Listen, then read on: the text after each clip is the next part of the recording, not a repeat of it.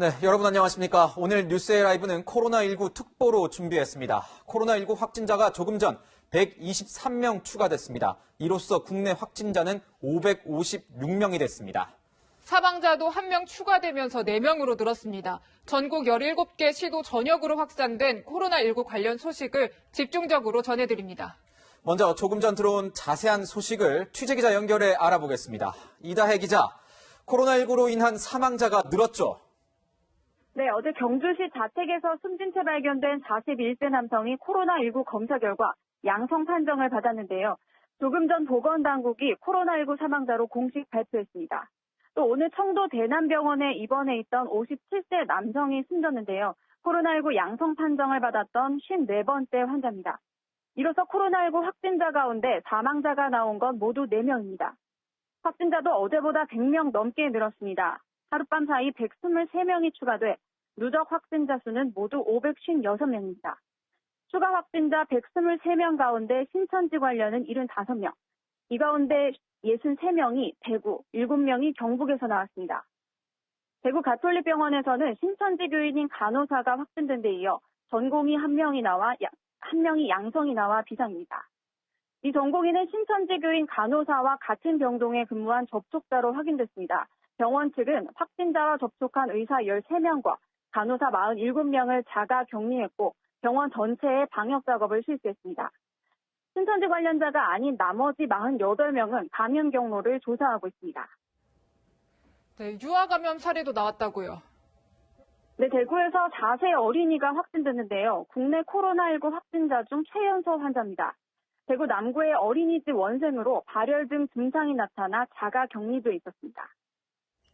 네, 정부가 현재 위기 경보 단계를 상향할 가능성도 있는 겁니까? 네, 정부는 일단 전국적 확산은 아니라고 판단해 위기 단계를 경계 수준으로 유지하고 한 단계 위인 심각 수준에 준해 대응하겠다는 방침입니다. 추가 확진자가 신천지 대구교회나 청도 대남병원 등 특정 집단이나 시설에서 발생하고 있기 때문입니다. 하지만 의료계는 위기 단계를 심각 단계로 올려야 한다는 입장입니다.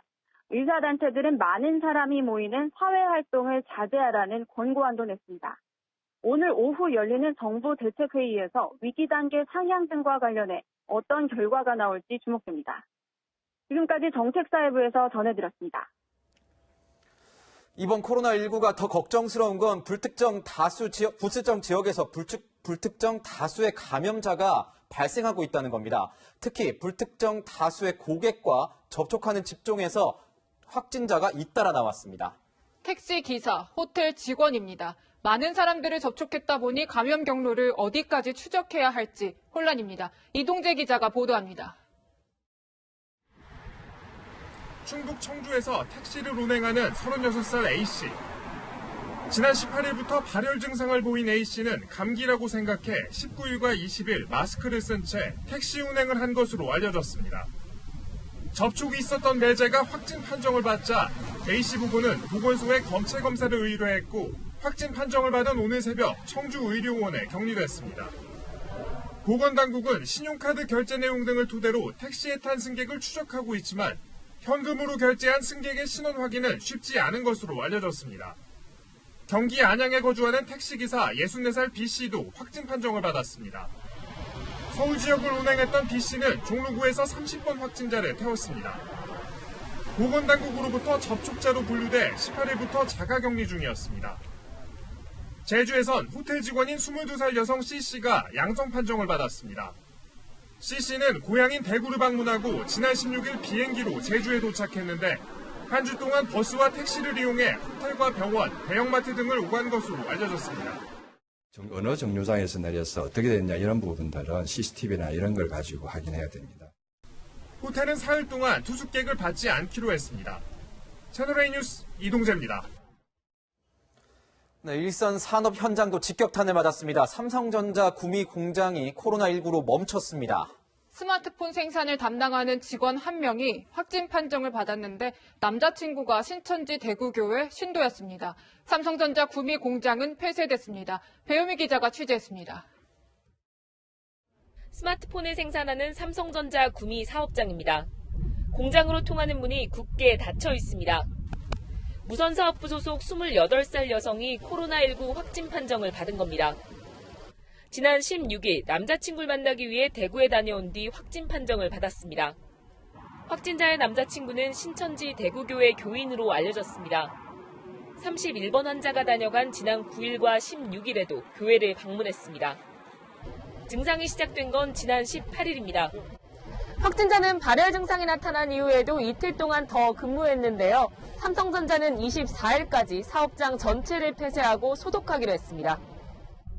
확진자가 근무했던 층은 오는 25일 오전까지 출입을 제한할 예정입니다.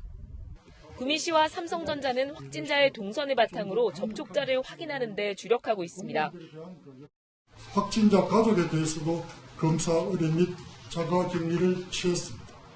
접촉 직원 30여 명도 자가격리 조치했습니다.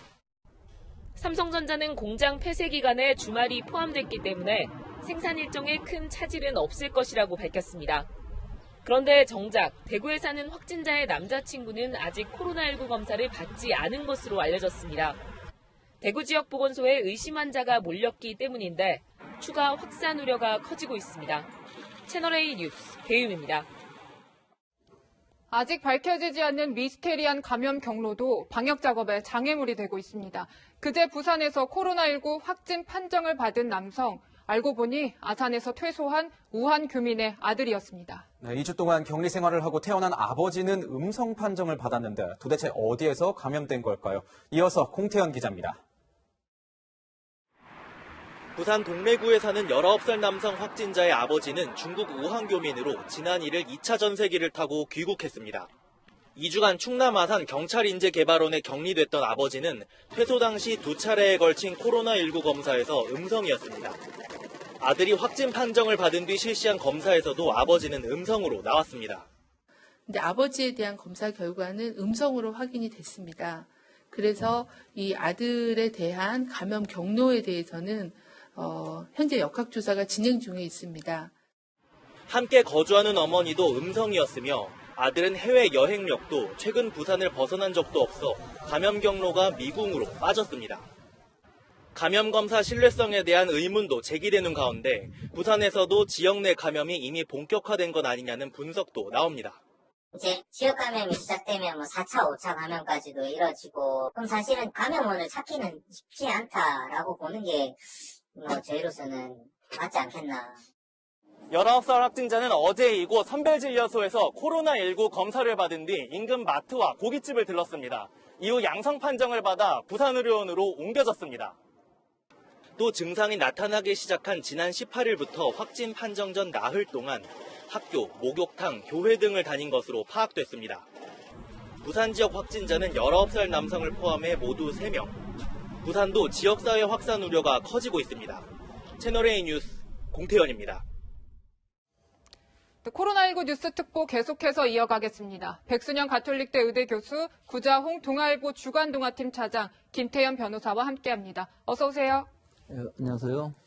네, 오전 10시 현재 나온 코로나19 관련 속보 내용부터 먼저 좀 정리를 하고 가겠습니다. 123명의 확진자가 추가됐습니다. 그래서 현재는 556명의 확진자, 총 556명의 확진자가 확인이 되고 있고요. 사망자도 4명으로 늘었습니다. 구차장, 보면은 전국 17개 시도에서 모두 확진자가 나온 거죠? 그렇습니다. 이 556명 가운데 가장 많은 확진자가 나온 곳은 대구 광역시로 302명이고요. 경북에서도 163명의 확진 환자가 나왔습니다. 이뿐만 아니라 서울, 경기, 광주, 경남, 전북, 충북, 제주, 부산 등 이 전국적으로 좀 고르게 확진자가 좀 분포되어 있는 것으로 확인이 되고 있습니다. 지금까지는 이 대구, 경북에서 대규모 확진자가 나오기 전까지만 하더라도 이 중국을 방문했거나 특히 우한 지역을 방문한 이 확진 환자가 감염돼서 국내로 유입됐을 가능성이 높아 보였는데 최근에 대구와 경북, 특히 이 신천지 교회에서 이 함께 이 예배를 본 사람들을 중심으로 이 증상이 나타나고 있고 그 사람들을 대상으로 확진 검사를 해보니까 확진자가 크게 증가하고 있는 것으로 확인되고 있습니다. 이 때문에 이 지역 감염에 우려가 있는 거 아니냐, 이런 우려가 조심스럽게 제기가 되고 있습니다. 네, 이렇게 많은 확진자들이 늘어나고 있는데 백 교수, 지금 어린이집 원생도 확진됐다는 소식이 들린 거 아닙니까? 예, 어린이라고 그 감염이 안 된다는 건 아니고요. 어린이들이 그 중국 역학적인 통계를 보면은 감염은 되지만 또 감염도 좀 덜 되지만 증상이 굉장히 약하고 무증상으로 끝나는 경우도 많다 하는 것인데 다만 한 가지 우려되는 것은 어린아이들인 경우 그 바이러스가 굉장히 적기 때문에 어떨 때는 음성으로 나올 수도 있지만 감염시킬 수 있습니다. 아, 몸에 복균하고 있는 그 바이러스가 적다는 말씀이시죠? 예, 그래서 이것이 무증상 감염이라고 얘기할 수 있는 것이고요.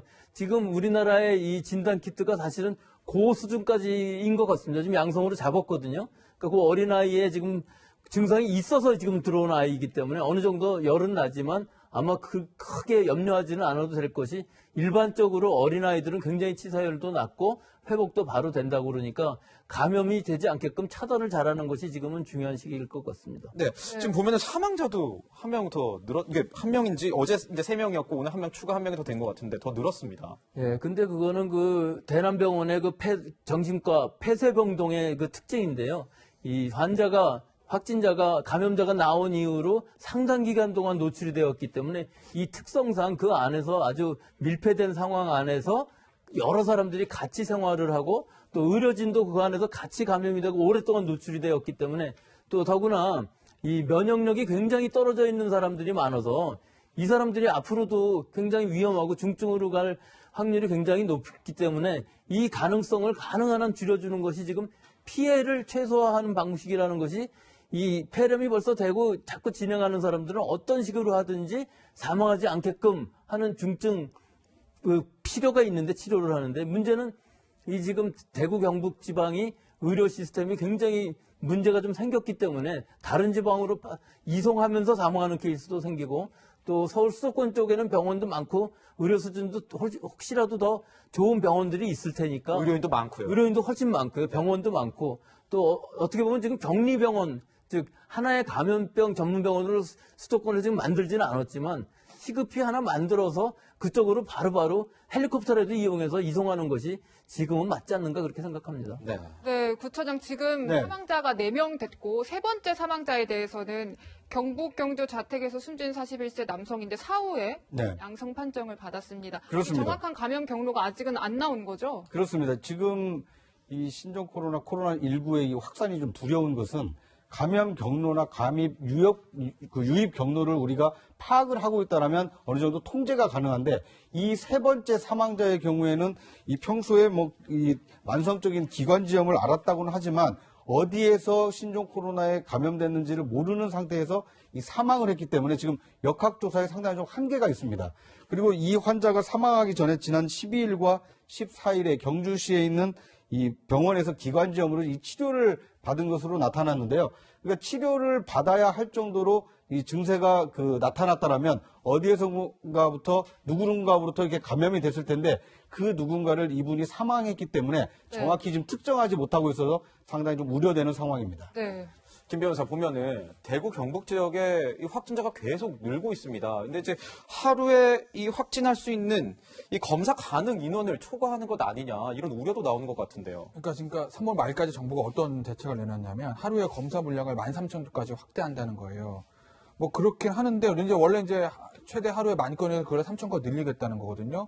그런데 지금 현재 상황 보시면은 하루에 지금 원래 5,000건이랍니다, 지금. 근데 2월 말에 1만 건, 3월 말까지 13,000건 이렇게 늘린다고 하는데, 그런데 대구 쪽에서 워낙 많은 지금 검사 대상 사람들이 늘어나기 때문에 이게 왜냐면 10,000건을 다 대구에다 투입할 수 있는 건 아니잖아요.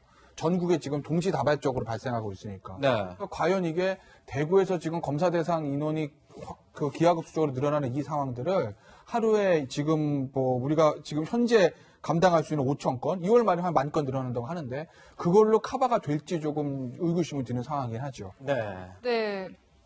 백 교수, 지금 이제 많은 확진자들이 나오고 있는 곳이 청도 대남병원이지 않습니까? 거기가 이제 구조가 좀 감염이 취약한 구조다 이런 얘기들이 많이 나오는데 어떻습니까? 예, 실제 이 건물의 구조가 문제가 아니라 서로 연결되어 있고 서로 꼭 경로를 거쳐야만 갈 수 있는 형태로 되어 있기 때문에 이 그림을 보시면은 저 안에 지금 정신과 폐쇄병동에서부터 시작을 한 것들이 폐쇄병동에 있는 환자들은 움직일 수가 없지만 의료진들은 움직일 수가 있는 구조거든요. 그래서 의료진들이 저 요양원이라든지 요양병원 또는 장례식장 쪽에 갔을 때 과연 얼마나 접촉이 됐느냐 하는 게 확실치가 않고요. 저 요양병원하고 요양원이라는 것 자체가 굉장히 면역력이 떨어져 있는 고령의 보통 중증 질환들이 많이 있고 일반 병원에서 입원을 시켜주지 않는 경우에 입원하는 것들이 요양원이기 때문에 그 부분에서 많은 환자가 나온다면 그 걷잡을 수 없는 상황이 될 수 있기 때문에 그 부분들의 그 조치를 바로 시행하지 않으면 진단도 빨리 하고 또 격리도 빨리 하고 해야 되는데 아까 변호사님 말씀처럼 그 진단을 그렇게 많은 사람, 저게 지금 600명이 있었다고 하거든요. 그 600명하고 또 그 여러 가족들도 분명히 다 병문안도 가고 그랬을 겁니다. 주말이면은 요양원에 계신 부모님들 찾아가고 또 여러 가지 그 접촉자들이 많이 있었을 텐데 그분들을 지금 다 진단할 수 있는 것도 시간적으로도 진단할 수 있는 여력이 없기 때문에 저 부분들이 이 정신병원, 폐쇄병동 그 안에 환자들뿐만 아니라 그 옆에 요양원, 요양병원도 굉장히 우려가 됩니다. 네. 저는 구체적으로 좀 궁금한 게 네. 이게 정신병동이라고 하면 방금도 말씀하셨지만 폐쇄병동 아니겠습니까? 그렇습니다. 그런 경우에는 뭐 1인실, 뭐 2인실 있겠지만 네. 다 폐쇄가 됐기 때문에 오히려 안 걸릴 것 같은데 네. 어떻게 보세요, 이거는? 그런데 이제 이 대남병원에서 일어난 일을 좀 그 역추적을 해보면은요, 이 간호사가 5명이 확진 진단을 받았습니다. 네. 그러니까 그 병원에서 근무하면서 환자를 간호했던 분들이 감염이 된 것을 뒤늦게 안 거 아닙니까? 그러니까 그래서 지금 유추해 볼 수 있는 것은 혹시라도 그 정신병동에서 일했던 그 간호사들이 혹시 이런 그 환자들과 접촉하면서 대규모 감염이 일어난 거 아니냐, 이런 추정이 지금 있는 것이고요. 또 이 병원 구조에서 보면 5개의 병동이 그 새로운 조금씩 다른 병동이 하나의 건물로 좀 이어져 있습니다. 그러니까 공기가 완벽하게 차단이 됐는지 아니면 이 환자나 이 의료진의 이동이 차단이 된 상태에서 병원이 운영됐는지 좀 의구심을 자아낼 만큼 이 구조가 굉장히 이 병렬식으로 돼 있기 때문에 그런 점에서 보면 이 대남병원이 그 의료진과 이 환자 또는 방문객의 이동을 통해서 이 대규모 이 감염이 이루어진 거 아니냐 이런 추측을 해볼 수 있을 것 같습니다. 아, 네. 네, 김 변호사 지금 이 대남병원에 대해서 이제 문제가 되니까 코호트 격리까지 한다는 거 아닙니까? 이번에 이 코로나19 나오고 처음 하는 거잖아요. 구체적으로 좀 어떻게 격리를 하겠다는 건지 궁금해요. 아, 이건 이제 정은경, 우리 항상 매일 브리핑하는 정은경 이 방역대책본부장이 이제 브리핑에서 얘기를 한 건데, 이 정신병동 이번 주에 확진자를 해당 병원 코호트 격리하자 이런 얘기를 했어요. 그러니까 코호트 격리가 뭐냐 또 설명도 있었을 거 아닙니까? 보니까 이런 거죠. 그러니까 어떤 질병에 노출된 환자하고 의료진을 동일 집단을 묶어서 통째로 격리한다는 거예요. 그러니까 환자 따로 뭐 의료진 따로가 아니라 원래는 이제 환자가 발생하면 의료진이 이제 환자를 보살펴야 되는 거 아니겠습니까? 근데 그 병동에서 예를 들어서 지금 환자가 발생했기 때문에 원래 환자뿐만 아니라 의료진도 거기에 감염될 가능성이 있는 거잖아요. 그러니까 환자하고 의료진을 통째로 이제 따로 격리한다는 거죠. 이렇게 되면은 사실 이런 문제도 발생할 수 있지 않겠어요? 사실은 이게 환자가 발생하면 네. 의료진이 환자를 살펴야 되는데 병원에서 이 병이 이제 번지기 시작하면 환자는 원래 환자고 의료진도 잠재적 환자가 돼버리니까 이렇게 되면 환자를 진료할 의료진이 부족해지는 거잖아요. 그러니까 비단 저희 코로나뿐만 아니라 다른 병 때문에 병원을 가는 사람까지도 지금 이 의료진의 숫자가 부족해지면서 피해를 볼 수 있는 이 상황이 오긴 오는데 뭐 어쨌든 이게 감염병을 일단 막아야 되니까 조금 코호트 격리라는 좀 강한 방법까지 좀 동원하는 것 같습니다. 네. 그러니까 이제 이 상황이 심각해지면은요, 지금 이 코로나를 전담할 의료기관을 지정을 하고, 그 다음에 이제 코로나가 의심되지 않는 일반 다른 이 병원으로 찾는 환자들을 볼 수 있는 병원을 따로 지정을 해야 된다. 구분을 해야 된다는 얘기가 나오는데, 이제 그러려면 지금과 같은 경계가 아니라 심각 단계로 격상을 시켜서 전담 의료기관을 지정해야 되는 거 아니냐. 이런 얘기가 이 의사협회라든지 이런 의료계에서 지금 제기가 되고 있는 상황입니다. 네.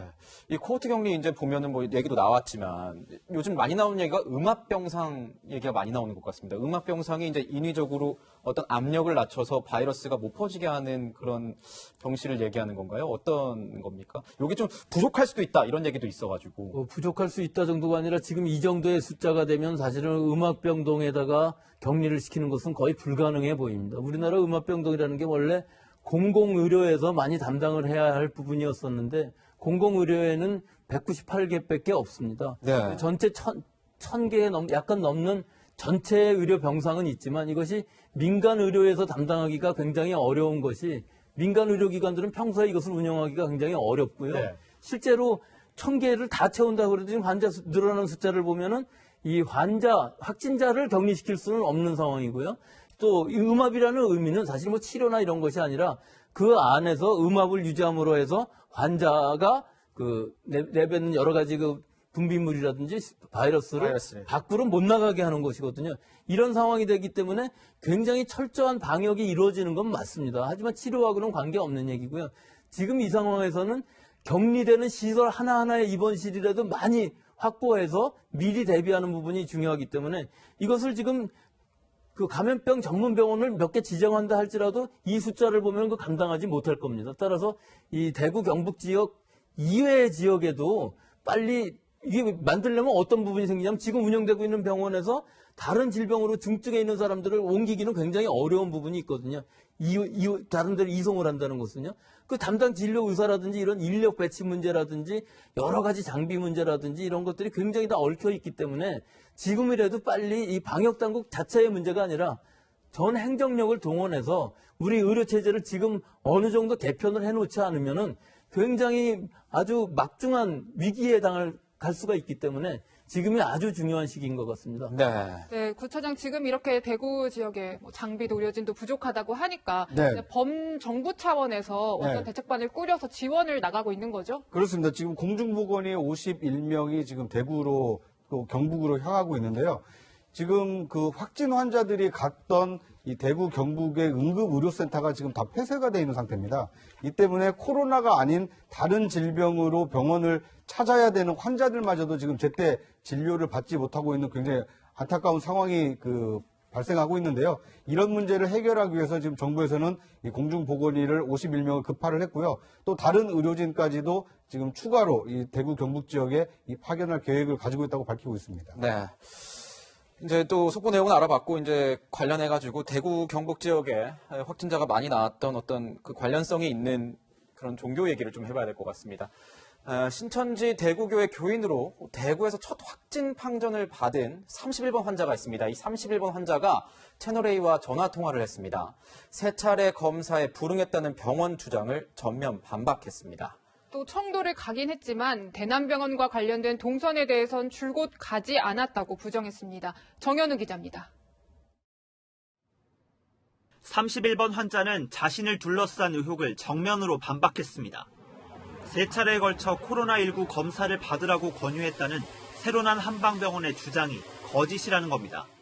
14일 날 제가 폐렴인 것 같다고 17일 날 돼갖고 좀 이제 안 좋아졌다는 거예요. 코로나 검사를 해라고 그날 얘기가 나왔었거든요. 내가 모른다고 얘기하니까 내가 직접 전화해서 알아가 가라는 거예요. 지난 17일 코로나19 검사를 받기 위해 대구 수성구 보건소를 찾았지만 해외 여행력이 없다는 이유로 보건소 측이 오히려 검사를 거부했다고 주장했습니다. 1시간 정도 신경전이 있었어요. 안 해줄라 이거. 나는 하고 싶다.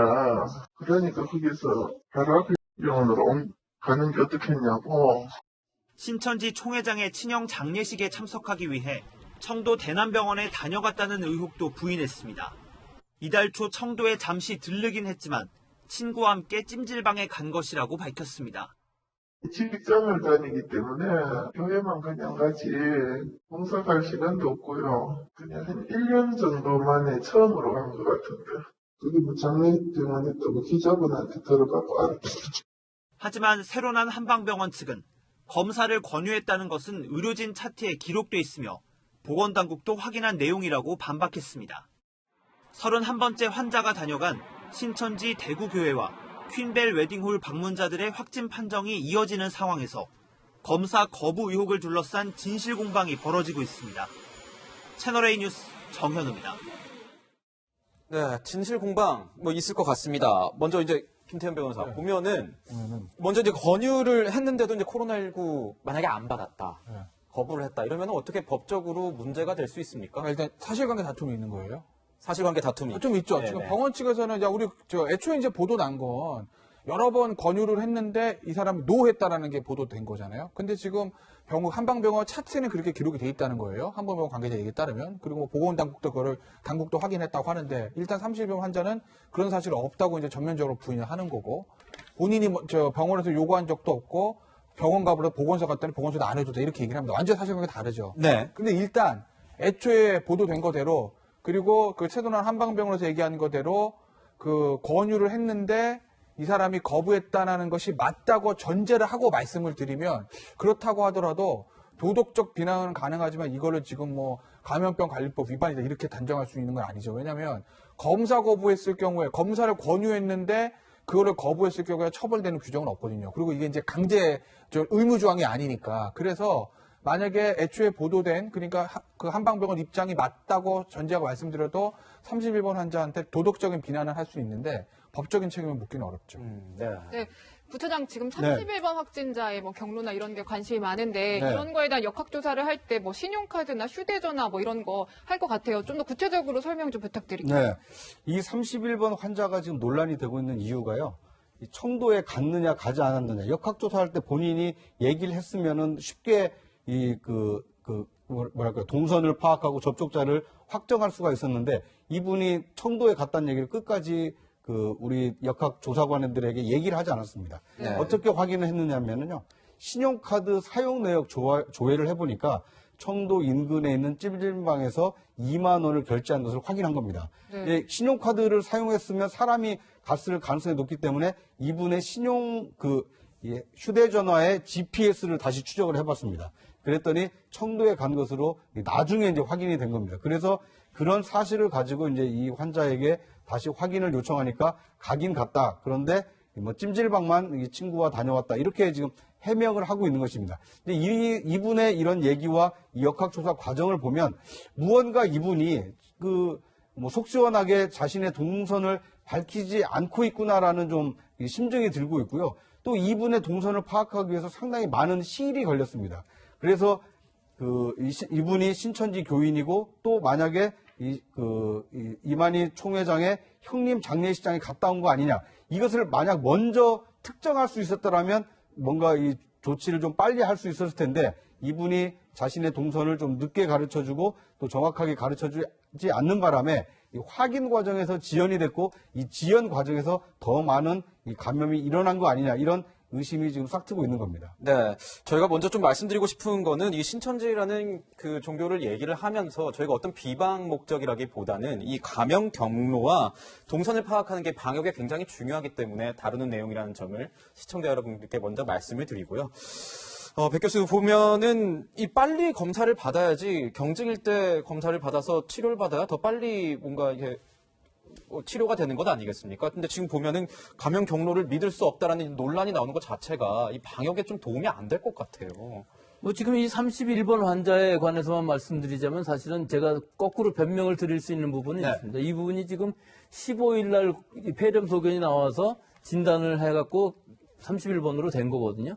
근데 그 이전의 시점에서 두 번의 권유를 받았을 시기에는 실제로는 그 날짜를 살펴보시면은 영남 지역에는 한 명도 없었습니다. 그 당시에는 아예 청정 지역이었고요. 네. 본인의 증상도 폐렴 소견이 아니었고 열이 나고 기침 뭐 약간 있는 정도였기 때문에 그 한의사 선생님이 사실은 대단하신 겁니다. 그런데도 불구하고 코로나를 의심해서 한번 진단을 받아봐라 이렇게 얘기한 거고 네. 그 다음번에도 마찬가지였습니다. 두 번째에도 네. 한의사 선생님이 그거를 하라고 얘기를 했었는데 그걸 거부를 한 거는 사실은 의사 선생님이 아무리 권유를 해도 본인이 거부할 권리가 있습니다. 즉 어떤 진짜 상식적인 의심이 가야만 그거를 권유를 해야 되는 것인데 사실 그 시점에서 보면은 권유할 만한 상식적인 판단은 내릴 수가 없었지만 그 이후에는 CT 소견상 폐렴이 나왔기 때문에 이제는 받아보는 게 낫겠다고 얘기를 했었고 네. 그 이전의 시점에서는 사실은 보건소나 선별진료소를 가도 안 됐었습니다. 그 중국 갔다 온 경력도 여행력도 없고 해외 여행력도 없고 중국 사람 만난 적도 없고 영남에 한 명도 없었기 때문에 받아주지도 않았다는 것도 맞는 사실입니다. 네. 근데 지금은 상황이 완전히 바뀌었죠. 지금 상황에서는 어떻게 하든지 다 어떤 증상이든지 의심이 되면은 모든 사람이 다 진단을 받아야 하겠고 진단을 받아서 음성이 되면 좋지 않겠습니까? 또 한 가지는 이 진단에 들어간 다음부터는 자가격리를 꼭 해야만 일단 양성이 나왔을 때를 대비해서 다른 사람한테 전염시킬 우려가 없어지는 거고 특히 그게 자기 주변에 있는 사람들이거든요. 그것들을 잘 지켜야 되기 때문에 지금 강제적인 건 아닙니다. 진단에 들어갔을 때 2일간 자가격리를 하라고 그러는데 사실 2일간이라는 건 의미가 없고 시간이 걸려서 언제 진단이 양성 음성이 나올지는 모르지만 그 진단이 나올 때까지는 자가격리를 함으로써 더 이상의 전파를 막겠다 하는 것이기 때문에 지금은 모든 사람들이 다 그런 방역당국의 지시에는 따라야 될 때인 것 같습니다. 네, 구차장께 여쭙겠습니다. 네. 지금 31번 확진자 굉장히 말이 많은데 네. 중수본에서는 이 사람이 2차 감염자일 수도 있다라는 얘기를 하고 그렇습니다. 그러면 네. 이 신천지 내에 다른 어떤 슈퍼 확진자가 있을 수도 있다 이런 가능성 염두하는 거죠. 그렇습니다. 지금 질병관리본부에서는 이분이 이제 원래 그 다른 신천지 교도들을 감염시킨 이 슈퍼 전파자가 아니라 다른 누군가로부터 전파됐을 개연성이 높은 2차 감염자로 지금 보고 있습니다. 그렇기 때문에 그러면 이분에게 이 최초의 바이러스를 감염시킨 사람이 누군지를 찾기 위해서는 정확한 동선을 확인을 해야 되고 접촉자를 찾아야 됩니다. 그런데 이분이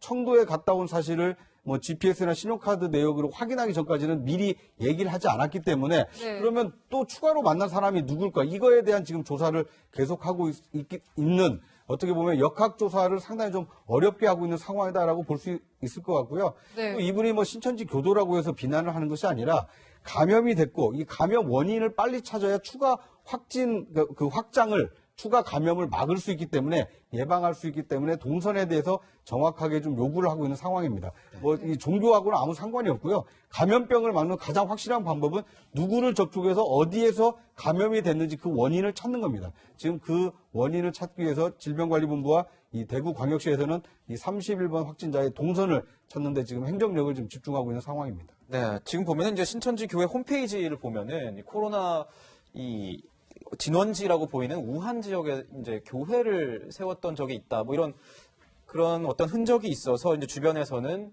혹시 여기서 세웠다가 여기서 이제 갔다 오신 분들이 한국에 들어오면서 지역사회 전파를 한 게 아니냐 이런 주장도 나오거든요. 그렇습니다. 지금 그런 합리적 의심이 두 가지가 있습니다. 하나는 1월 29일부터 2월 1일까지 대구 청도에 있는 이 대남병원에서 그 신천지를 창립한 그 교주 이만희 씨의 친형 장례식이 있었습니다. 이 장례식에 과연 이 중국 쪽에서 특히 우한 쪽에서 이 방문한 사람이 있느냐 이런 의심이고요. 그 의심을 낳게 한 것 중에 하나는 뭐냐면 이 신천지 홈페이지에 있었던 우한 교회를 열었다. 그래서 많은 사람들이 이 그 성경 교육을 받았다라는 내용이 잠시 있다가 지금은 삭제된 상태입니다. 그렇기 때문에 우한과의 연관성이 혹시 신천지가 있는 거 아니냐. 이것에 대해서 신천지 측에서 명확하게 밝혀주고 만약에 우한에서 온 사람이 있다면 그 사람이 누구인지를 먼저 정부 당국에 방역 당국에 얘기를 해서 그 사람과 접촉한 사람들을 추적할 수 있게 한다라면 추가 감염 우려를 좀 예방할 수 있을 텐데 앞서 말씀드린 31번 확진 환자처럼 본인이 청도에 갔다 온 것을 다른 방법으로 당국에서 확인한 뒤에야 뒤늦게 확인을 해주고 있기 때문에 혹시라도 이 장례식장에 온 사람 또는 우한에서 온 사람이 신천지와 관련 있는 사람이 있는 거 아니냐 이런 의혹이 낳고 있습니다. 내일 신천지 측에서 뭐 기자회견을 한다고 하는데요. 이런 많은 국민들이 의심을 가지고 있는 점에 대해서도 이 명백하게 입장 표명을 하는 것이 좀 필요하다 이렇게 말씀드리고 싶습니다. 네.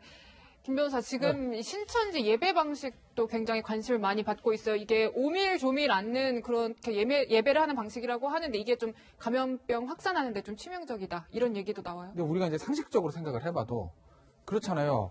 똑같이 병원균을 가지고 있는 사람, 제가 이제 병원균을 가지고 있는 사람을 가정하고 말씀드리면 제가 밖에 이제 이 광화문 광장에 밖에 돌아다닐 때나 이 굉장히 밀폐된 공간에 있을 때는 아무래도 밀폐된 공간에 있을 때가 전염될 가능성이 높지 않겠습니까? 네. 바로 옆에도 붙어 있고 하면요. 그렇잖아요.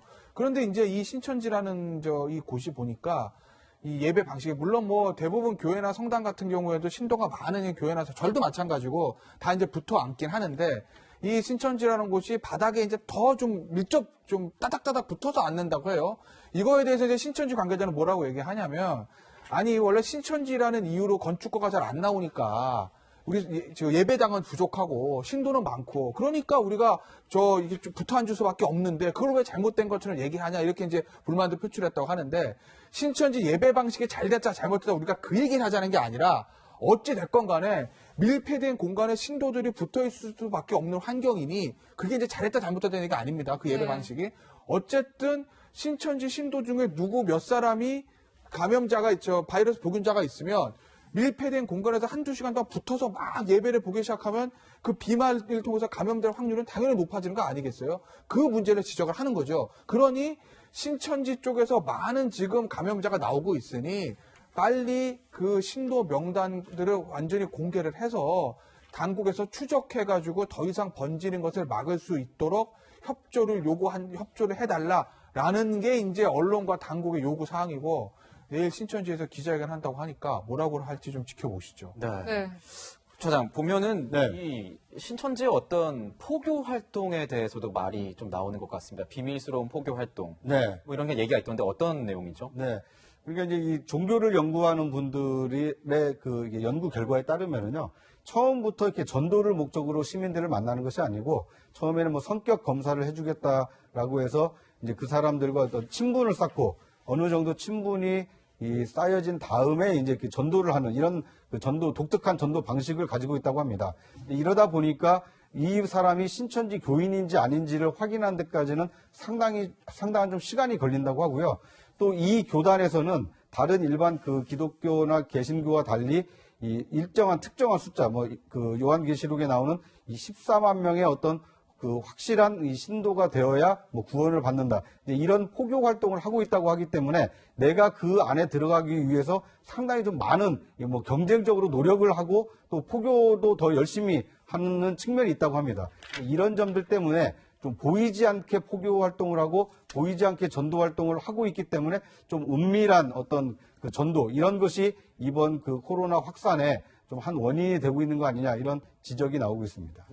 네, 백 교수 그런데 지금 확진자 중에 보면은 어머니에게 간을 이식한 딸이 이 코로나19에 감염이 된 것으로 확진이 되면서 그 수술을 한 병동은 폐쇄되고 또 의료진은 격리되는 그런 일도 있었다라는 거 아닙니까? 예, 이것이 중요한 부분인데요. 신천지 이 교인들이 자기의 신분, 즉 내가 신천지 교회 다닌다는 것을 얘기를 안 하기 때문에 미리만 얘기만 했어도 어떤 검사를 통해서 유전자 검사든 뭐 여러 가지 방법들이 있으니까 미리 좀 예방이 가능했었을 텐데 그것을 안 하고 확진이 돼버리면은 그 다음에는 어머님뿐만 아니라 그 의료진까지 전체가 또는 그 병원 자체가 지금 폐쇄되는 상황이 나거든요. 그렇죠. 거기서 지금 중요한 부분이 지금 은평 성모병원인 경우에 그런 일이 있습니다. 그 이성 요원 한 명이 감염이 됐는데 환자가 한 명 감염되었고 결국은 그 병원 자체가 폐쇄가 되거든요. 이런 상황이 대구에서도 많이 일어났습니다. 이렇게 되면은 어떤 한 사람의 확진자가 얼마나 옮겼는지는 모르지만 그 병원 전체와 의료진들, 관계에 있는 분들이 전부 자가격리가 되게 되면은 앞으로는 아마 이런 상황이 계속되면은 의료 공백이 생길 수밖에 없으니까 지금 상황에서는 어떻게 하든지 이 의료 공백이 생기지 않게끔 병원이라는 계통 안에서는 모든 것들을 확실하게 해서 또 만약에 확진자가 생겼다 할지라도 그 범위를 정해서 소독하고 또 다시 문을 열 수 있는 시스템을 마련해 주지 않으면은 지금 이와 같은 확산 속도라 그러면은 수도권도 이게 만만치 않은 것이 몇 개의 대형 병원이 문 닫게 되면은 환자들이 몰릴 수밖에 없는 상황이 되는 것이거든요. 그러면 진짜 큰 혼란이 일어날 수 있기 때문에 지금부터라도 바로 준비를 해야 될 것 같습니다. 그러니까 이게 폐쇄가 된다는 거는 아예 그 병원 자체를 저희가 이용을 할 수가 없게 된다는 겁니다. 아니 꼭 그런 건 아닌데요. 예를 들어서 지금 대구 경북 지역의 경우 같은 경우는 대구에 있는 보통 대학병원들이 다 응급실이 다 폐쇄가 됐습니다. 그리고 의사 선생님들 거기 담당했던 의사 선생님들 14일 격리가 되니까 일단은 인력이 부족하고 응급실이 폐쇄되니까 대구에서 응급 상황이 된 사람들은 지금 대전으로 가지 않으면 안 된다는 이런 공백이 생기고 또 병원은 계속 폐쇄를 하는 것은 아니고 사흘 정도 있다가 다시 개원을 할 수가 있지만 의료진은 안 그렇거든요. 의료진은 바꿀 수는 없고 그분들은 격리가 되기 때문에 이런 인적 또 물적 병원이라는 그 특수성 이런 것들 때문에 지금은 어떤 검토가 필요해서 좀 변경이 돼야지 그 병원 전체 혹은 은평성모병원 경우에 지금 한 명 확진자가 생겼지만 거기에 관련된 모든 사람들이 자가격리고 병원은 지금 외래가 폐쇄됐기 때문에 또 한 가지는 입원 환자들을 다른 데로 이송하기도 어렵습니다. 이것은 왜 그러냐면은 은평성모병원에 입원하고 있었는데 다른 병원에 이송을 하려고 그러면 그쪽에 받아줄 리가 없거든요. 혹시라도 모르기 때문에. 그러니까 이송도 어려운 상황이고. 이송도 어려워지고. 결국은 입원 환자는 유지할 수밖에 없지만 새로운 환자를 못 받는다는 의미는 이 병원은 지금 기능을 못한다는 얘기거든요. 근데 그런 큰 대형 병원이 그 한 명의 이송 요원 때문에 이제 줄줄이 환자가 생길지도 모르겠지만 결국은 그 병원 전체를 폐쇄한다는 것은 상당한 부작용이 있을 수도 있다는 것을 의미하죠. 네. 지금 보면은 그 신천지에 이만희 총회장이 이제 보낸 네. 특별 편지를 좀 보면은 뭐 당국 지시에 협조하자. 네. 뭐 이 부분은 다행인 것 같습니다. 네. 또 내일 또 기자회견을 하면서 뭐 그동안 있었던 왜곡을 좀 바로 잡겠다. 이렇게 네. 얘기를 하는데 지금 네. 또 문제가 된 게 보면은 네. 600명 정도가 네.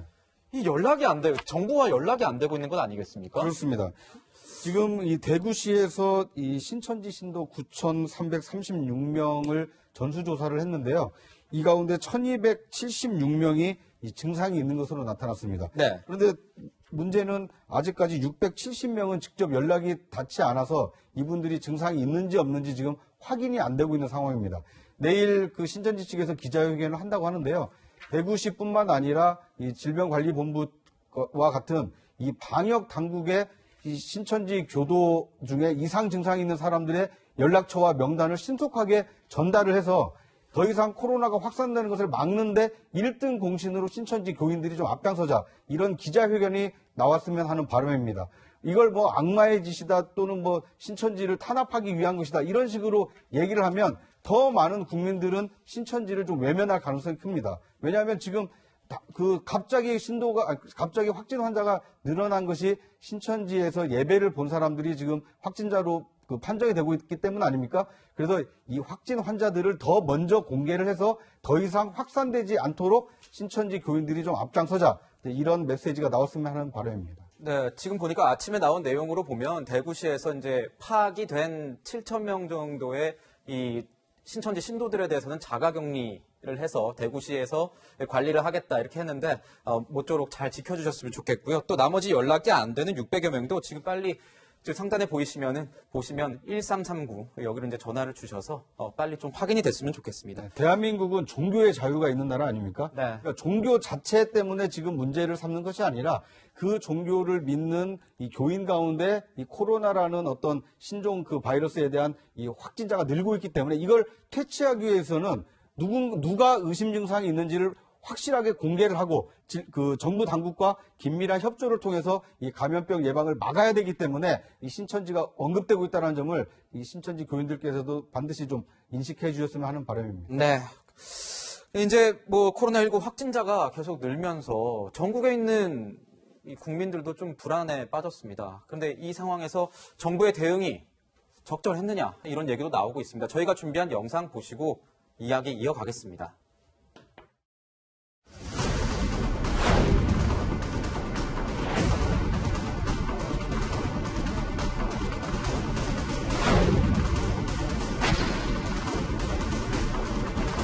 국내에서의 방역 관리는 어느 정도 안정적인 단계로 코로나19는 머지않아 종식될 것입니다. 우리는 조용하면서도 아주 합리적이고 객관적인 방법으로 상당히 효과가 있다라고 평가를 하고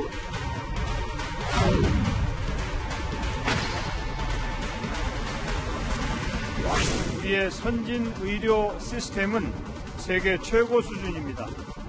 그동안 감염병 대응 경험도 충분히 축적돼 있습니다. 저희 영상 구성 이제 보셨을 텐데 김태현 변호사, 네.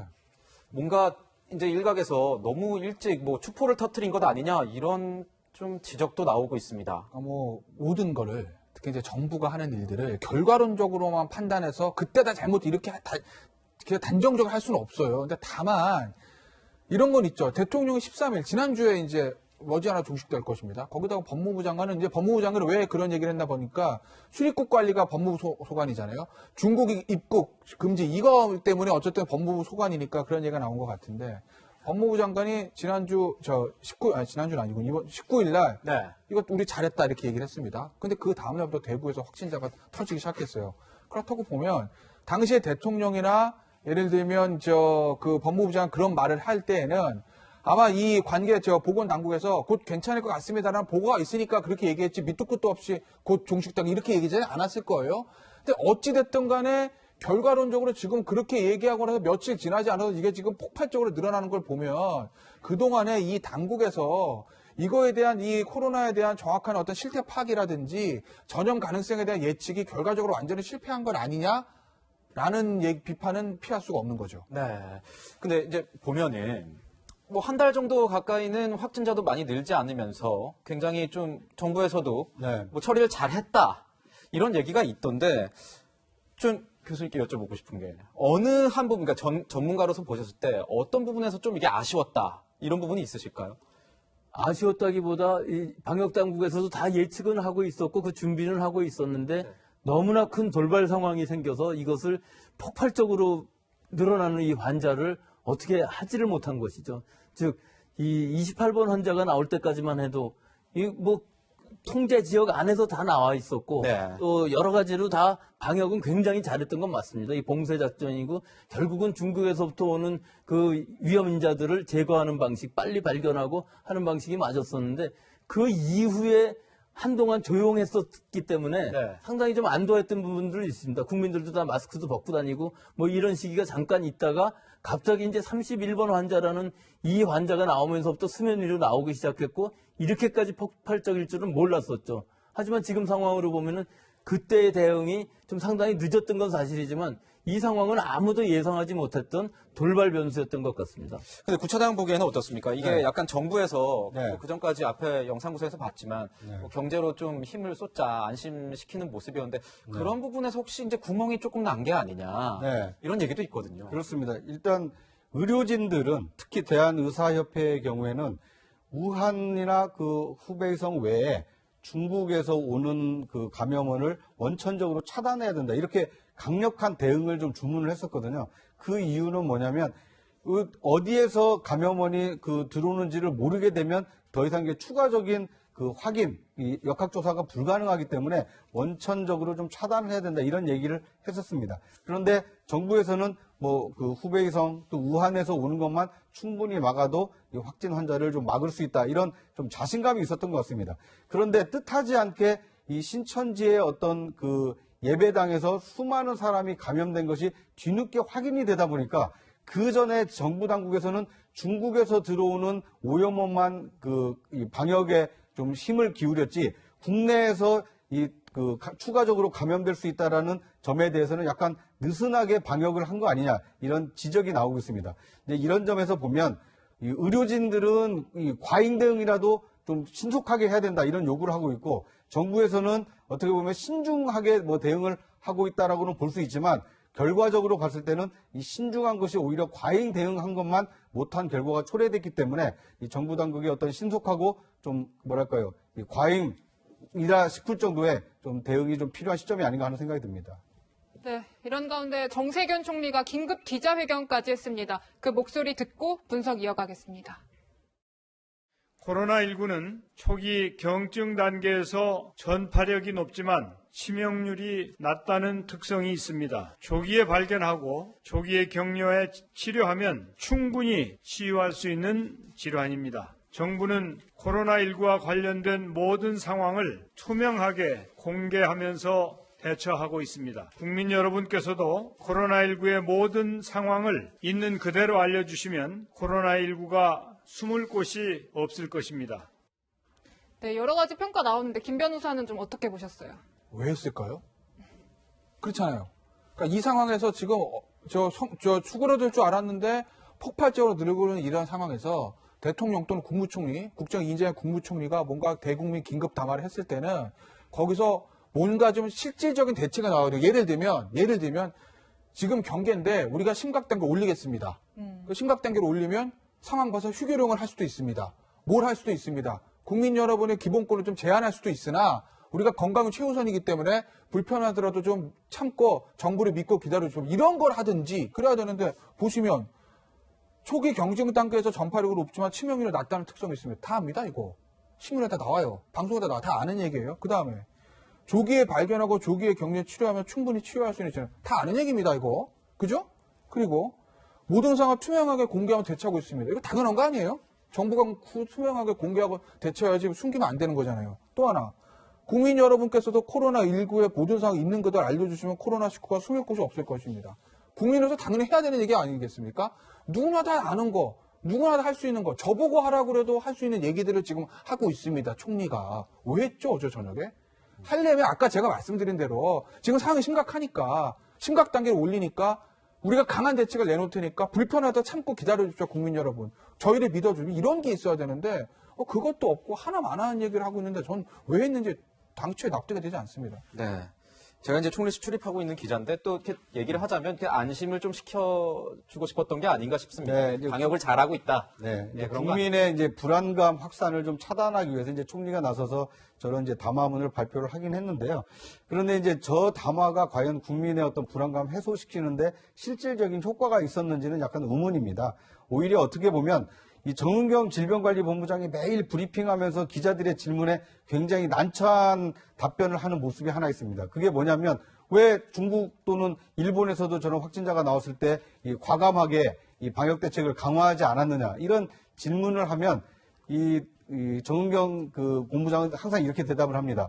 뭐 방역을 하는 입장에서는 그럴 필요성이 있지만 범정부적인 차원에서 보면 국익 전체를 봐서는 뭐 그렇게까지 하기 어려운 점이 있고 그렇게 입장이 정리가 됐다 이렇게 얘기를 합니다. 그러니까 그 국익이라는 게 뭘까요? 무역이라든지 어떤 교역이라든지 또는 관광이라든지 이런 거에 미칠 이 파장을 감안한 다른 부처의 입장을 감안하다 보니 방역의 최우선 순위가 가지 못하고 있는 것 아니냐 이런 좀 짐작을 해볼 수 있을 것 같습니다. 네, 백 교수 그러면 지금 위기 경보 단계를 어쨌든 경계로 유지하고 있는 거잖아요. 심각으로 올려야 된다 이런 목소리들도 굉장히 많이 나와요.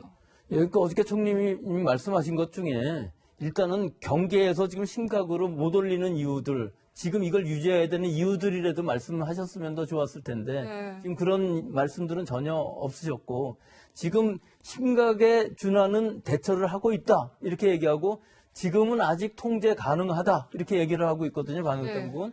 근데 지금 현재 우리 국민들이 보기에는 통제 가능한 상황이 아닌 것처럼 보이고 너무나 이 확산 속도가 빨라서 지금 대구 경북 이외의 지역으로 전염됐을 때 이 지역사회 전파가 감염원을 모르는 경우도 많이 생기고 있기 때문에 지금 상황에서는 빨리 심각으로 바꿔서 여러 가지 그 강제적인 활동 또 아까 변호사님 말씀하신 것처럼 국민들이 좀 불편을 양해해 주시면서라도 우리는 이런 거를 좀 뭐 어떻게 보면 초법적인 것도 있을 수 있지만 뭐 나중에 법을 만들든지 어떠든지 일단은 공중보건 우리 국민의 보건이 더 중요하기 때문에 심각으로 빨리 올려서 이 경북 대구 지역 이외까지 전부 확산되고 또 감염원을 모르는 이 전체적으로 만연되는 상황을 미리 선제적으로 하는 것이 좋지 않은가 저는 그렇게 생각을 합니다. 네. 제가 또 하다 보니까 청와대도 이게 출입을 하고 있는데 네. 청와대에서 이제 아침에 전화를 하니까 네. 청와대 관계자랑 얘기를 하니까 지금은 이제 뭐 준심각 단계로 네. 이 대구 지역과 경북 지역에 대해서 특별 관리 대상으로 지정을 해서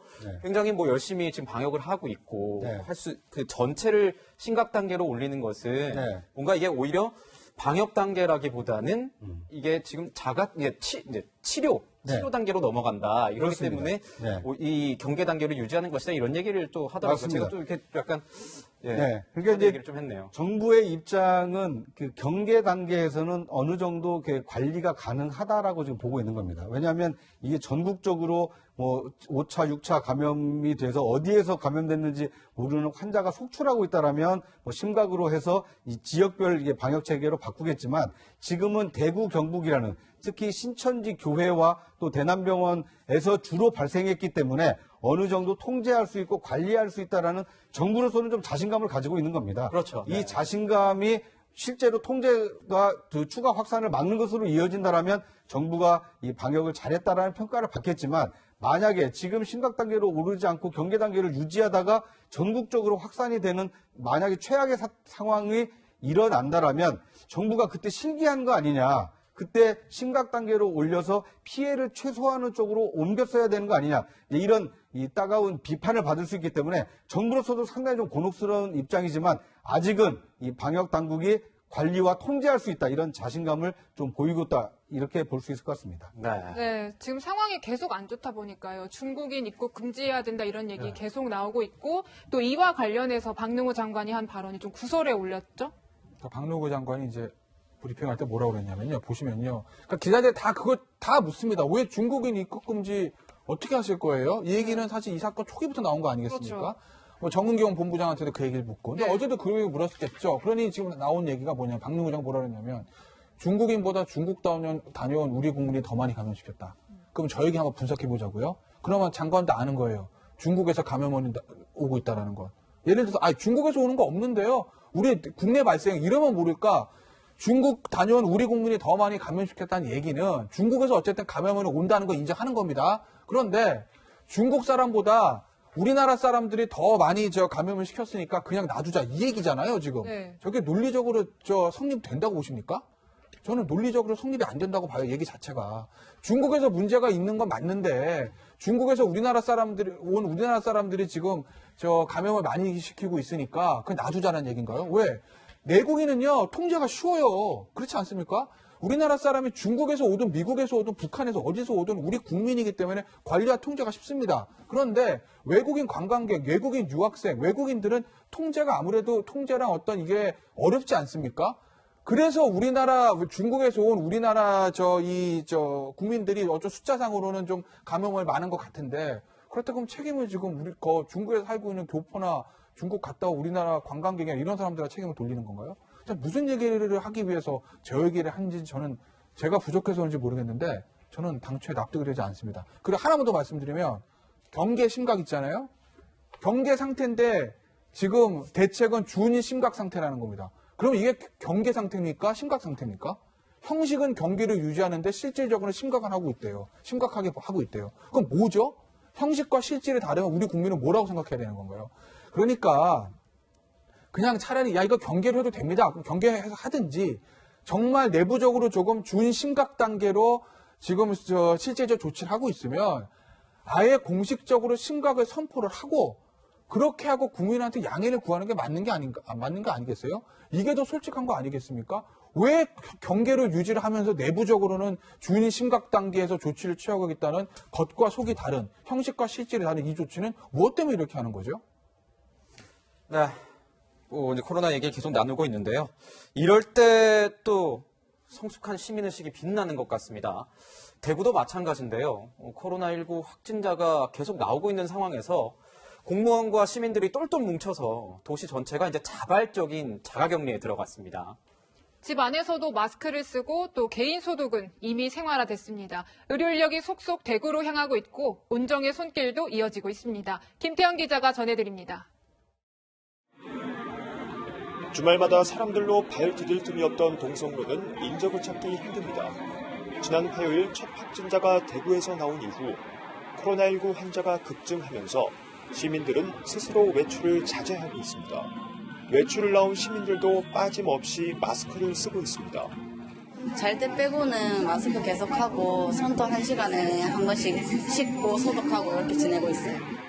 집안에서도 가족 간 감염을 예방하기 위해 마스크 쓰기도 일상화됐습니다. 식당 입구 곳곳에 손소독제는 물론 휴대전화 소독제까지 등장했습니다. 계단 손잡이부터 의자, 식탁까지 하루에 한 번 이상 소독을 실시합니다.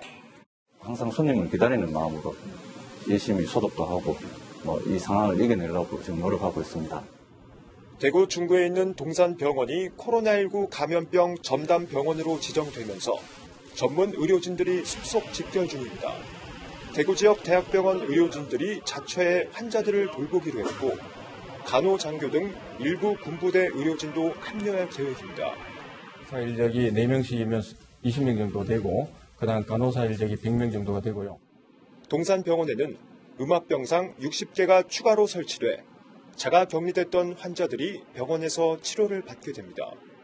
어려움을 겪고 있는 대구 경북 지역에 도움의 손길도 이어지고 있습니다. 배우 이영애 씨는 대구 시민들을 위해 성금 5천만 원을 전달했습니다. 채널A 뉴스 김태형입니다. 네, 대구뿐만 아니라 전 지역에 있는 국민들께서 다 힘내셨으면 좋겠습니다. 코로나19가 이제 빠르게 확산되면서 궁금증 좀 알아보는 시간을 가졌습니다. 오늘 보면은 치료제가 지금 어떻게 되는 건지도 궁금하고 또 일각에서는 치료가 돼서 이제 완치된 사람이 한 10명 이상 나왔는데 그렇다면 이 약을 혹시 약국에서 좀 팔면 어떠냐 이런 얘기도 나오는 것 같습니다. 예, 이건 전혀 그런 상황은 아니고요. 치료제라는 의미는 치료제가 아니고 일단 이 바이러스를 어떻게든지 좀 증식이 급격히 늘어날 때 막아주는 역할을 억제를 하는 역할을 하는 것이거든요. 근데 실제로 이 코로나 바이러스에 대한 억제제도 아직 개발된 적이 없고 신약이라고 하면 더구나 사용할 수 없는 경우가 많이 있습니다. 여러 부작용 때문에. 지금 사용이 되고 있는 그 에이즈 치료제인 경우도 사실은 그게 의학적으로 증명된 부분은 없고요. 에볼라 치료제도 있고 이런 것들이 다 그 초기에 증상이 이렇게 나타나면서 바이러스가 너무 많이 증식할 때 막아주면서 결국은 증상을 완화시키는 치료를 하면서 자기 몸의 면역력이 이것을 이겨내야 되는 것이기 때문에 결과적으로는 치료제라기보다 내 몸의 면역력이 이것을 이겨낼 때까지 시간을 벌어주는 그런 의미이고 면역력을 높이는 거군요. 면역력도 높이는 건 아니지만 내 면역력이 어떻게든 대항을 해야 되고 그게 만약에 제대로 저항을 못해서 결국은 자바로흡까지도 잘 안 될 경우에는 에크모라는 데까지 가서라도 어떻게든지 산소 포화도를 높여주고 내 몸에 항체들이 생겨서 바이러스를 제거할 때까지 기다릴 수 있게 해주는 이런 치료라고 할 수 있겠죠. 네, 구차장 지금 그런데 코로나19 검사법이 새로 나왔다는 거잖아요. 검사 그렇습니다. 과정이나 또 비용은 어떻게 되는 겁니까? 네. 일단 신속검사법이 지금 그 도입이 돼서 지금 적용이 되고 있는데요. 기존의 경우에는 뭐 한 6시간 정도 걸렸는데 이번에 그 개발된 신속검사법에 따르면 한 2시간에서 3시간 정도면 이 바로 결과를 알 수가 있다고 합니다. 그런데 이 비용이 좀 만만치가 않습니다. 그 개인적으로 이 코로나 바이러스 감염 여부를 확인하려고 하면 이 16만 원 정도의 그 비용이 드는데요. 그런데 다만 이 뭐 고열이라든지 마른 기침이 나서 의사가 소견으로 이건 코로나가 의심이 되니까 검사를 받아봤으면 좋겠다라고 한다라면 이건 이제 그 의료보험으로 이게 처리가 되기 때문에 이 개인이 부담해야 될 비용은 상당히 좀 줄어들 수 있다고 합니다. 네, 이거 보면은 검사 과정에서 좀 검사가 힘든 사람들도 있지 않겠습니까? 보면은 어떻게 뭐 신생아나 임산부 같은 경우에 뭐 이런 사람들은 검사도 힘들 것 같고 치료도 힘들 것 같은데 이런 경우에는 어떻게 됩니까? 사실 임산부인 경우는 빨리 조기 발견해서 치료라기보다는 어떻게든지 증상이 안 나오게끔 억제를 해야 되는 것이고요. 1세 이하의 어린아이들이 감염됐다는 보고는 지금 제가 알기로는 없는 상황인데요. 이것은 모든 감염병들이 1세 이하의 어린아이들한테는 백신을 예방주사를 하기도 어렵고 치료도 상당히 어렵습니다. 즉 1세가 될 때까지는 자기 면역력은 아직 다 형성이 안 됐는데 엄마로부터의 면역력이 떨어지는 상황들이 나올 수 있기 때문에 이와 같은 1세 이하에 대한 데이터, 역학 데이터는 아직도 제대로 없는 상황입니다. 네. 부처장 그런데 지금 확진자가 다녀간 곳을 소독을 하긴 하지만 또 혹시나 뭐 감염 가능성이 있느냐 없느냐 이런 의문들이 많이 있어요. 네. 그런데 이제 그 걱정은 크게 안 하셔도 될 것 같습니다. 네. 일단 확진 환자가 다녀가면 폐쇄를 하지 않습니까? 그렇죠. 폐쇄한 이후에 철저하게 소독을 합니다. 그러니까 혹시라도 있을지 모르는 바이러스를 퇴치하기 위해서 깨끗하게 이게 뭐 이 소독약을 통해서 소독을 철저히 하기 때문에 바이러스는 이제 완전히 없어지는 거고요. 없어져서 이제 클린하다라는 것이 깨끗하다는 것이 확인된 뒤에 다시 문을 열기 때문에 확진 환자가 다녀갔다라고 해서 뭐 심리적으로는 좀 찜찜할 수 있습니다만 오히려 더 깨끗한 환경으로 바뀌었을 가능성이 높기 때문에 안심하고 이용하셔도 될 것 같습니다. 네, 이제 동선을 이제 지자체나 정부에서 공개하는 이유는 혹시 거기서 이제 뭐 밀접 접촉이 있을까 싶어서 이제 하는 거고요. 그 이미 공개됐을 때는 이미 다 소독이 된 상황 아니겠습니까? 그렇습니다. 네, 그래서 이제 크게 걱정하실 필요는 없다고 합니다.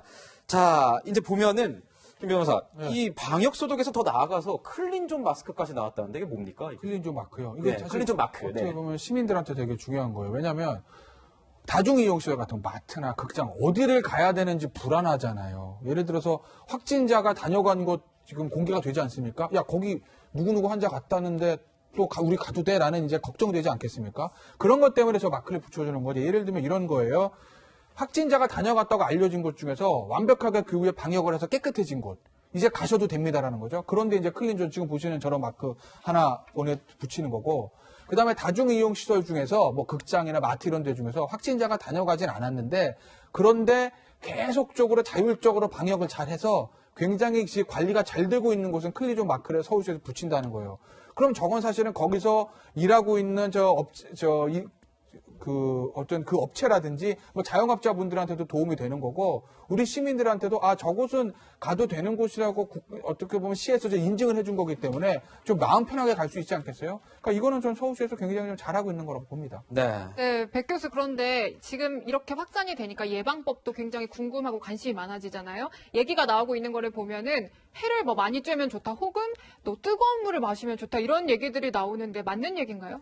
예, 햇볕 얘기는 뭐 제가 여러 번 많이 했었는데 너무나 그 사람들이 집안에만 있고 공포심이 많기 때문에 이 공포심이라는 것 자체가 스트레스로 우리가 면역력을 떨어뜨리는 것이고 네. 또 면역력이 떨어지는 원인 중에 영양 부족 같은 것들도 많이 있습니다. 계속 라면만 먹고 뭐 그러면 그것도 문제가 될 수 있고요. 또 여러 가정 간편식을 가정 간편식 요즘 괜찮다고 그렇죠. 하긴 그렇긴 하지만 역시 영양소가 여러 떨어질 수 있죠. 그래도 특히 이 비타민류 같은 것들이 외부로부터 들어오지 않으면 우리 비타민 D를 합성할 수 없거든요. 네. 따라서 먹든지 뭐 햇볕을 많이 쬐든지 하는 것이 우리 건강에 좋고 지금 물론 전 국민이 공포스러우시겠지만 일반적인 위생 수칙도 물론 다 지켜야 되겠지만 더 중요한 것은 우리가 이 바이러스의 숙주인데 이 숙주들이 건강해야만 바이러스랑 싸워 이길 텐데 너무나 움켜들어 있고 밖에 나가지도 않고 또 물을 많이 마시는 건 물론 중요합니다. 하지만 뭐 뜨거운 물이냐 찬물이냐 뭐 이런 얘기는 거의 의미가 없는 얘기이기 때문에 우리가 이런 여러 가지 위생 수칙 또 자기 몸을 잘 지키는 이런 것들을 더 보태서 해야 할 것 같습니다. 그럼 하나 더 여쭙겠습니다. 지금 보면은 중국 연구팀에서 소변이나 대변에서 바이러스가 발견이 됐다.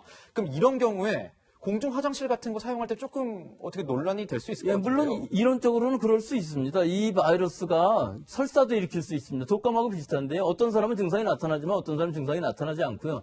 소변이나 대변에서도 얼마든지 바이러스는 검출될 수 있지만 이게 과연 수인성 전염병처럼 이렇게 전파력이 호흡기가 아닌 어떤 경구로 들어왔을 때 경구 대변 경로라는 것은 음식물이나 혹은 물이 오염됐을 때 얘기거든요. 물론 네. 화장실은 접촉 감염으로 이루어질 수 있지만 그 정도까지 즉 노로바이러스 이런 것들은 바이러스가 몇 개만 있어도 다 걸리거든요. 하지만 이 호흡기 바이러스, 이 코로나 바이러스는 화장실에서 감염이 되어 갖고 들어왔다 하는 건 굉장히 어려울 수 있습니다. 이건 굉장히 가능성은 희박하고요. 물론 굉장히 높은 농도가 있어서 대변 소변인 경우도 아주 중증의 환자가 많은 양의 바이러스를 배출했을 때에는 감염 위험성이 없는 건 아닙니다. 이런 감염 경로도 충분히 가능은 하지만 중국에서도 그렇게 많은 케이스가 없기 때문에 우리 같은 지금 상황에서 거기까지 걱정하는 건 너무 많지만 사실은 그런 부분도 우리가 있을 수 있다는 것은 대비는 해야 되겠죠. 대비는 해야 된다. 근데 공중 화장실 저희 뭐 이제 깨끗하게 그래도 나름 우리나라가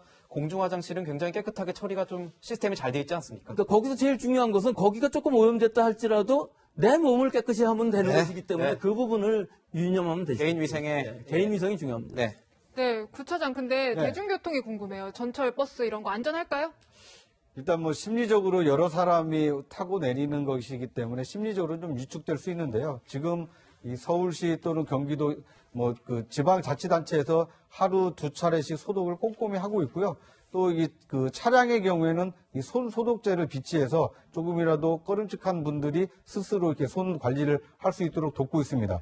그리고 초기에는 이 마스크까지 좀 그 손님들에게 제공을 했었는데요. 그러니까 개인 위생을 철저히 할 수 있도록 이 버스 회사 또는 서울시 이 그 지방자치단체에서도 좀 적극적으로 협조를 하고 있기 때문에 이렇게 심리적으로 불안할 수 있습니다만 개인 위생을 철저히 하면서 이용한다라면 크게 걱정하지 않아도 되는 이 수준으로 관리가 되고 있다. 이렇게 보시면 좋을 것 같습니다. 네, 세 분과는 여기서 인사드리겠습니다. 감사합니다. 네, 저희는 60초 후에 다시 돌아옵니다. 네, 오늘 저희가 준비한 소식은 여기까지입니다. 방역과 치료에 힘쓰고 계신 공무원분들과 그리고 의료진들께 경의를 표합니다. 네, 시청해주셔서 감사합니다. 저희는 다음 주에 찾아뵙겠습니다.